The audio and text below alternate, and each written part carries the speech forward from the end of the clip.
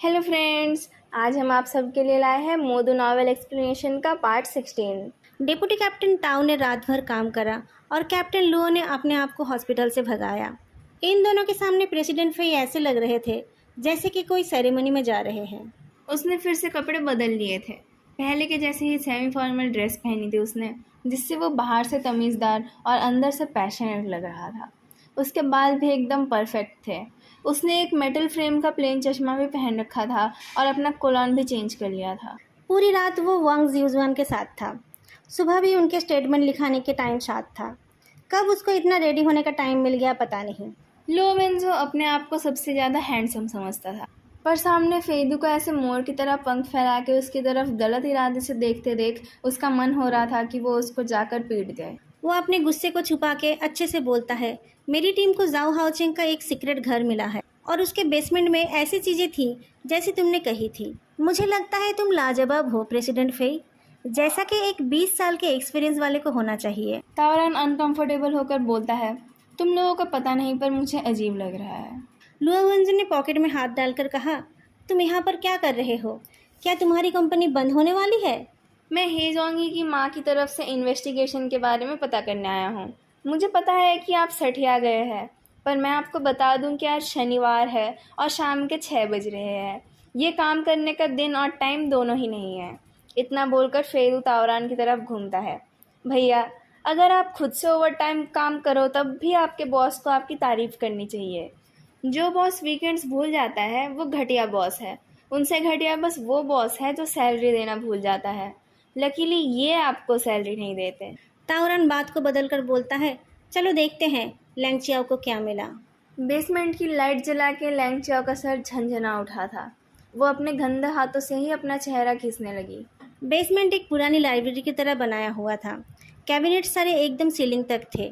सारे कैबिनेट छोटे छोटे हिस्से में बटे हुए थे और हर एक हिस्से में एक ग्लास जार था। उन जार्स में कुछ चीज़ें रखी हुई थी जिनके नीचे एक डेट और एक इवेंट लिखे हुए थे। वो लैंप एक ऐसे पेड़ की शेप में था जो टूटने वाला हो। उसके ट्रंक के अंदर लाइट्स लगे हुए थे और उसके ब्रांचेस में भी छोटे छोटे लाइट्स लगे हुए थे। लाइट जलाने के बाद वो एक जलता हुआ पेड़ जैसा लग रहा था। सर्चिंग टीम सब चीज़ों का डॉक्यूमेंटेशन करने लगी। सारे स्पेसिमेन डेट वाइज थे। एकदम शुरू में एक हैम सॉसेज का पैकेट था जिसके नीचे यूनिवर्सिटी लिखा हुआ था और भी कई सारे अजीब अजीब चीज़ें थे।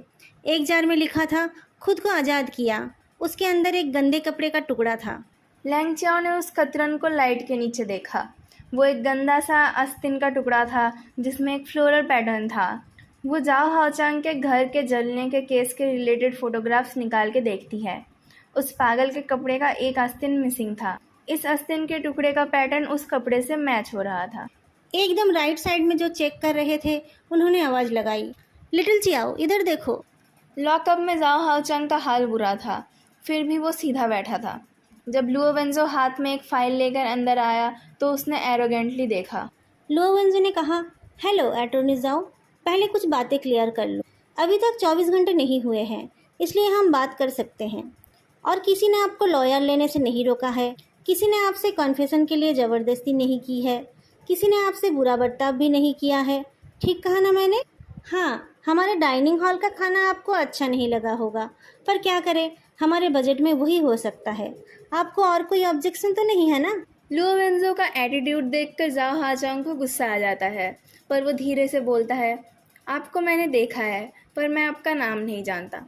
क्या बुलाऊं मैं आपको? लुओवेंजो गुस्सा नहीं होता, वो हंस देता है। कौन? मैं? गेस करो। उसकी कोई ज़रूरत नहीं है। मुझे नहीं लगता हमें दोबारा मिलना पड़ेगा। लुओवेंजो ने अपने हाथ में पेन घुमाया।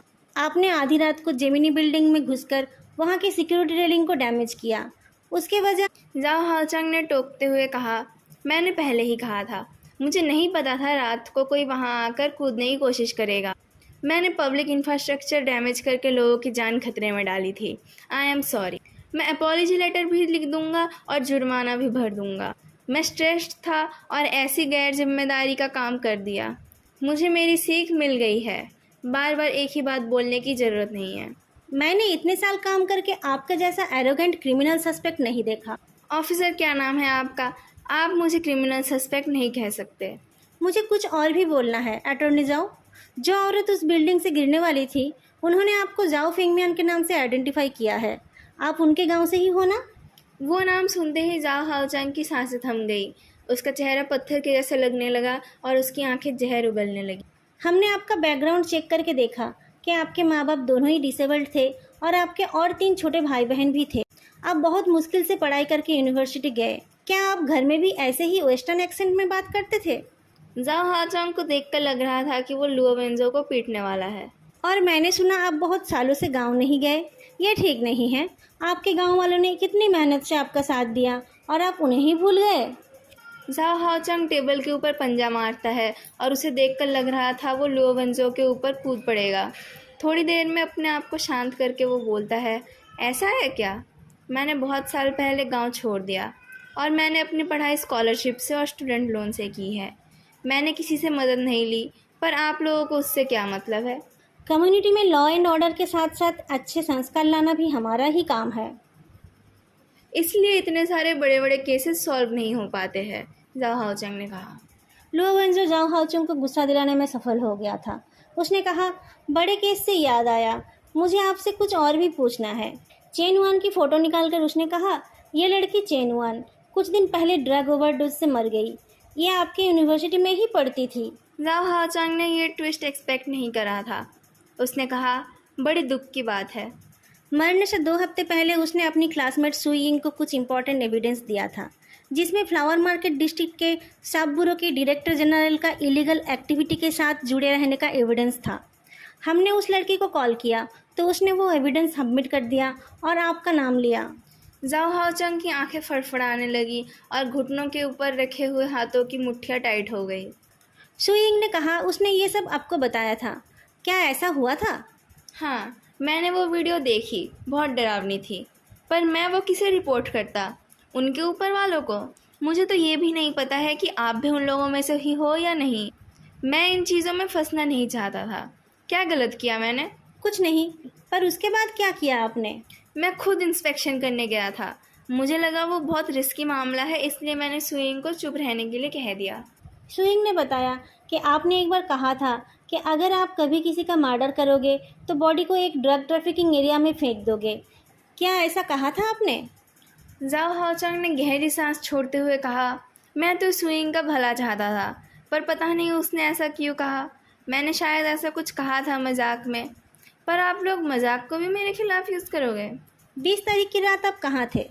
पहले मैं दोस्तों के साथ चेंगवांग मैंशन गया था, फिर ऑफिस में जाकर काम कर रहा था।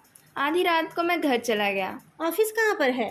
वेंचैंग। 34 नंबर बस के सीसीटीवी फुटेज से पता चला 520 केस का विक्टिम हे जोंगी रात के 9 बजे के बाद उस बस से वेंचेंग चौक पर उतरा था और फिर उसका मर्डर हो गया। मर्डरर ने उसकी बॉडी को एक ड्रग ट्रैफिकिंग एरिया में फेंक दिया। आप कुछ कहेंगे इस मामले में? इंटेरोगेशन रूम को सर्विलियंस से देखते हुए तारान ने कहा, वो शुरू से ही गुस्से में था और उसने उम्मीद नहीं की थी कि सुइंग ये सब बता देगी। 34 नंबर बस की बात सुनकर वो डर गया है। फेदू ने अपना चश्मा ठीक करते हुए पूछा, भैया क्या मेरा यहाँ रहना ठीक है? हाँ हाँ, डायरेक्टर लू ने खुद कहा है। वो थोड़ा बिजी है, नहीं तो खुद तुमसे मिलते। फेदू को किसी बूढ़े आदमी से मिलने का शौक नहीं था। वो फिर से इंटरोगेशन देखने लगा। जाओ हाओचंग तब तक नॉर्मल होकर स्माइल करने लगा था। वो दूसरे लोगों से जल्दी गुस्सा हो जाता है और वो जल्दी बुरा भी मान जाता है, फेदू ने सर हिलाते हुए कहा। पर इन सब के बाद भी उसकी रीजनिंग में गड़बड़ नहीं होती है।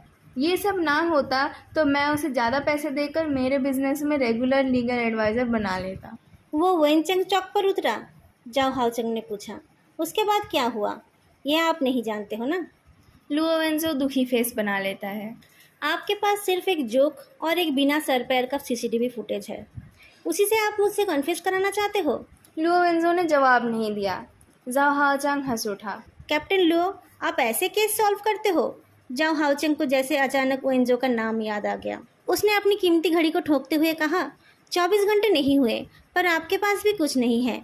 क्या मैं जा सकता हूँ? नहीं तो मुझे एक बेड दे दीजिए, मैं थोड़ी देर लेट जाता हूँ। लुओ वेंजो को घड़ी का ठोकना पसंद नहीं आया। उसने जाओ हाओचांग की तरफ देखा। उसका एक्सप्रेशन देखकर जाओ हाओचंग को मज़ा आया। उसने अपना गुस्सा कंट्रोल कर लिया था पर उसका एरोगेंस नहीं गया था। उसने खड़े होकर कहा, आपको एक एडवाइस देता हूँ कैप्टन लुओ। सब लोगों के ऊपर आपकी इंटरोगेशन की ये टेक्निक नहीं चलेगी। खुद को इतना महान मत सोचिए। जाओ फेंगमियान, लुओ वेंजो ने धीरे से कहा, आप भी खुद को इतना महान मत सोचिए।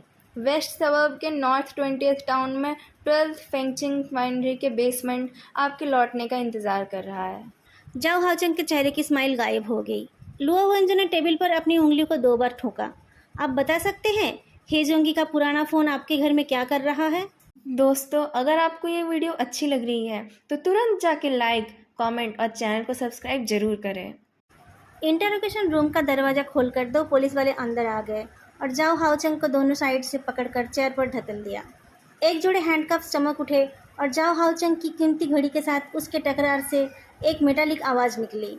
बाहर से देखते हुए फेदू ने कहा, आपके हैंडकफ्स तो बहुत एस्थेटिक है, क्या मुझे एक जोड़े मिल सकते हैं? ताओरन को उसका मतलब समझ नहीं आया। उसने पूछा, हैंडकप लेकर तुम क्या करोगे? ताओरन की तरफ देखकर फेदू को समझ आया कि उसने गलत बात कह दी है। उसने अपनी सम्मोहक नज़रों से ताओरन की तरफ देखा।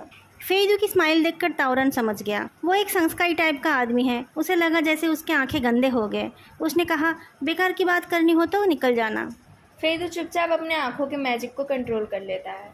जाओ हाउचेंग ने तब तक खुद को ठीक कर लिया था। उसने अपने डिफेंस में कहा, कौन सा घर? आप कहना चाहते हो वो घर आपका नहीं है? पर फेंचिंग वाइनरी की सीसीटीवी फुटेज तो कुछ और कह रही है। जाओ हाउचेंग अब और अपने डर को छुपा नहीं पाता। लुओ वेंजो को मज़ा आने लगा। उसने कहा, किसने कहा कि बस से उतरने के बाद हम हेजोंगी को ट्रैक नहीं कर पाए? ये पॉसिबल नहीं है। आपके ऊपर बहुत सारे आरोप है और हमारे पास कंक्लूसिव एविडेंस। बस बात ख़त्म, लुओ वेंजो ने कहा। इतने सालों से आपने इतनी मेहनत की और आप सफलता की ऊंचाई तक पहुंचने वाले थे, पर एक गलत कदम ने आपको मर्डरर बना दिया। नसीब में ना हो तो इंसान को कुछ नहीं मिल सकता। जाओ हाओचेंग, मुझे आप पर दया आ रही है। लुओ वेंजो की बातें जाओ हाउचेंग के सीने में सुई जैसी चुभ गई। अपना कंट्रोल खोकर वो चिल्लाने लगा, ये कंक्लूसिव एविडेंस है? मर्डर करते टाइम आपने मेरी वीडियो बनाई थी। फ़ोन पर मेरा डीएनए या फिंगरप्रिंट है। उस टाइप पर जंग डोंगलाई के फिंगरप्रिंट्स बिल्कुल साफ है। उसको कहते हैं डायरेक्ट एविडेंस। पर आप कह रहे हो कि मर्डरर मैं था क्योंकि जैंग डोंगलाई आपके डायरेक्टर जनरल का भतीजा है, क्योंकि वो अमीर है। पुलिस का तो काम ही है झूठे एविडेंस बनाना। आपने ही शायद वो फ़ोन। लुओ वेंजो का एक्सप्रेशन देखकर वो रुक गया। उसको लगा उसका सर फूटने वाला है। लुओ वेंजो टेबल पर कोहनी रखकर जाओ हाउचेंग के लाल आंखों में देखता है। अटॉर्नी जाओ, आप तो हमारे मेडिकल ऑफिसरों से ज़्यादा काबिल हो। उन लोगों ने तो रात भर इतने सारे इंस्ट्रूमेंट का यूज़ करा था, पर आपने तो ऐसे ही बता दिया कि उस टाइम में जैंग डोंगलाई की फिंगरप्रिंट्स हैं। जाओ हाओचेंग पसीने से भीग गया। एयर कंडीशनर की ठंडी हवा से वो कांप उठा। लुओ वेंजो हंस उठा। अब वो बोर हो गया था। उसने उन दोनों पुलिस वाले की तरफ देखा। क्रिमिनल सस्पेक्ट, अब तो मैं ये बोल सकता हूँ ना अटॉर्नी जाओ, क्रिमिनल सस्पेक्ट का क्राइम प्रूव हो गया है। बस कुछ डिटेल्स चाहिए। आप दोनों बाकी के पूछताछ कर लीजिए, मुझे और भी काम है। लुओ वेंजो बाहर जाने लगा। जाओ हाओचेंग अपना हाथ छुड़ाने की कोशिश करते हुए चिल्ला उठा, रुकिए, वो सेल्फ डिफेंस था। लुओ वेंजो हैरान होकर मुड़कर देखता है। उसे लगा डिग्निटी बस एक रैपिंग पेपर है। जब किसी के सारे स्कीम्स खत्म हो जाते हैं तब वो रैपिंग पेपर हटकर अंदर की टूटी हुई बॉडी बाहर आ जाती है। क्या मैंने सही सुना? लुओ वेंजो आगे चलकर कहता है, आपके जैसे काबिल और एजुकेटेड इंसान इसे सेल्फ डिफेंस कह रहे हैं? जाओ हाचंग दांत पीसते हुए बोलता है, हेजोंगी ड्रग ट्रैफिकिंग करता था। वो मेरे पीछे भी पड़ा था। मैं क्या करता, मुझे ये करना पड़ा। आपको कैसे पता कि वो ड्रग ट्रैफिकिंग का काम करता था? जाओ हाचंग के बंधे हुए हाथ कांपे जा रहे थे। उसने कहा, मेरे पास एविडेंस है। चेन वन के केस में मैं गवाही दूंगा, पर आपको मेरी सज़ा कम करानी पड़ेगी। फेदू अपने हाथों को फोल्ड करके सामने झुक जाता है और बोलता है, वाह, शुरू में उसे लगा था कि वो जीतने वाला है, पर बाद में उसने गलती से कुछ कह दिया। पर उसके बाद भी उसने सिचुएशन को समझ लिया और डील करने बैठ गया। मुझे इसे देखकर सेंटीपीड की याद आ गई। मरने के बाद भी उनके पैरों का हिलना बंद नहीं होता है। जाओ हाचंग ने कहा, आपको प्रॉमिस करना पड़ेगा और मुझे एक कप कॉफ़ी और एक क्लीन टॉवल चाहिए। ठीक है। थोड़ी देर में एक पोर्सलिन ट्रे में एक मॉइस्ट टॉवल, एक नैपकिन, एक कप बढ़िया कॉफ़ी, कुछ वेस्टर्न पेस्ट्रीज और एक फ्रेश फ्लावर आ जाता है। लुओ वेंजो को समझ आ गया था कि ये सब फेदू का काम है। जाओ हाओचेंग अच्छे से बात करने लगा। लास्ट ईयर के एंड में मैं अपनी टीम को लेकर ईस्ट फ्लावर मार्केट में कुछ क्लाइंट से मिलने गया था। हम ड्रिंक करने वाले थे। इसलिए मैंने कार नहीं ली थी। टैक्सी से वापस आते टाइम किसी ने मुझे फॉलो किया। क्या वो हेजोंगी था? हाँ, उसने मुझे पहचान लिया था और मुझसे पैसे मांग रहा था। मुझे ब्लैकमेल करके उसने 1 लाख युवन मांगा। आपने वो दे दिया? हाँ, आपको इन्वेस्टिगेशन से ये पता चल गया होगा। मेरे पेरेंट्स डिसेबल्ड है। हम 4 भाई बहनों में भी 2 को प्रॉब्लम है। जब से मैं मिडिल स्कूल में गया, मैंने छोटे मोटे काम करके पैसे कमाना शुरू किया। सेकेंड हैंड चीज़ों से पढ़ाई की, दिन रात मेहनत करके पढ़ाई पूरी की। पर पता है गांव वालों क्या कहते थे? वो कहते थे हमारी फैमिली गूंगे बहरों की थी। पर जब मैं यूनिवर्सिटी चला गया, तब सब हमारे घर आने लगे। सब अपनी लड़कियों का रिश्ता लाने लगे। मैं जब 3rd ईयर में था, तब मेरा छोटा भाई हुआ। वो भी मेरी छोटी बहन की तरह गूंगा बहरा और मंदबुद्धि था। सब लोग फिर से हमें मंदबुद्धियों की फैमिली बोलने लगे। ये हेरिडिटरी है। मेरे बच्चे भी शायद ऐसे ही होंगे। आप समझ रहे हो? मेरा करियर अच्छा होने लगा था। मुझे एक गर्लफ्रेंड भी मिली। मैं उससे प्यार करता था। कैसे मैं उस नाली के कीड़े को उसके सामने कुछ बोलने देता? मुझे उसे पैसे देना ही पड़ा। लुओ वेंजो ने एक सिगरेट जलाई और जाओ हाचांग की तरफ देखा। उसने हेजोंगी को नाली का कीड़ा कहा। जाओ हाजंग की साइकोलॉजिकल क्वालिटी एक्स्ट्राऑर्डिनरी थी। वो लुओ विंजो के आंखों में देखकर बोलता है, ऑफिसर लुओ, आप तो यन सिटी में ही बड़े हुए हो ना? आपको क्या पता घर से दूर वेस्ट डिस्ट्रिक्ट के ओवर क्राउडेड किराए के घर में रहना कैसा होता है? मैंने एक भी पैसा फालतू खर्चा नहीं करा। स्कॉलरशिप पाने के लिए मेहनत की। जॉब मिलने के बाद दिन रात काम करके पैसे कमाकर घर भेजने लगा। मेरे माँ बाप लोगों की बातों में आकर बुढ़ापे में भी एक और बच्चे की कोशिश करने लगे। मेरी फैमिली ने मेरा खून चूस लिया था, पर मैं कभी नाराज़ नहीं हुआ। मैं चाहता था उनकी ज़िंदगी थोड़ी अच्छी हो जाए। मैं छुट्टी लेकर घर ठीक कराने गया। घर का काम आधा हो गया था और मैं काउंटी सीट गया हुआ था। वापस आकर मैंने देखा मेरी पूरी फैमिली जलकर राख हो गई थी। कोई नहीं बच पाया था। मेरे दिल का क्या हाल था उस टाइम? पर लोग कहने लगे कि मैंने ही वो कराया था। तो क्या आपने ही वो कराया था? आप इंसान हो या जानवर? अच्छा ठीक है, आप निर्दोष हो। हेजोंगी का क्या हुआ? मैंने घर छोड़ दिया, नाम बदल लिया और मुझे लगा मैं उस नरक से आज़ाद हो गया। पर उस हे ने मुझे ढूंढ लिया। उसे जैंग टिंग के बारे में भी पता चल गया था। उसने कहा वो उसको मेरी फैमिली के डिजीज़ और उस आग के बारे में बता देगा। उन लोगों ने मेरी आधी ज़िंदगी ख़राब कर दी थी। बाकी बची ज़िंदगी भी ख़राब करना चाहते थे। मेरी इतनी मेहनत, मेरी उम्मीद सब ख़राब कर देना चाहता था वो। इसलिए आपने उसे मारने का सोचा? नहीं, मैंने उसे 1 लाख युवन दे दिया और कहा किसी को मेरे बारे में ना बताए। पर उसने मेरा पीछा ही नहीं छोड़ा। मैंने सोचा मैं उसको पैसे देता रहूँगा और उसको एक अनरजिस्टर्ड नंबर भी लेकर दिया ताकि वो मुझे कांटेक्ट कर पाए। मैं अपनी यूनिवर्सिटी में जाकर जूनियर्स को प्रैक्टिकल क्लास दे रहा था। वहाँ सुइंग नाम की एक लड़की मिली। एक दिन अचानक उसने कॉल किया। उसके बातें सुनकर मुझे लगा वो सब फ़ोन में नहीं बोलनी चाहिए। हम एक प्राइवेट प्लेस में मिले। उसने चेनवान की भेजी हुई चीज़ आपको दिखाई? हाँ, मैं सॉफ्ट हो गया था और उसे चुप रहने के लिए कहा।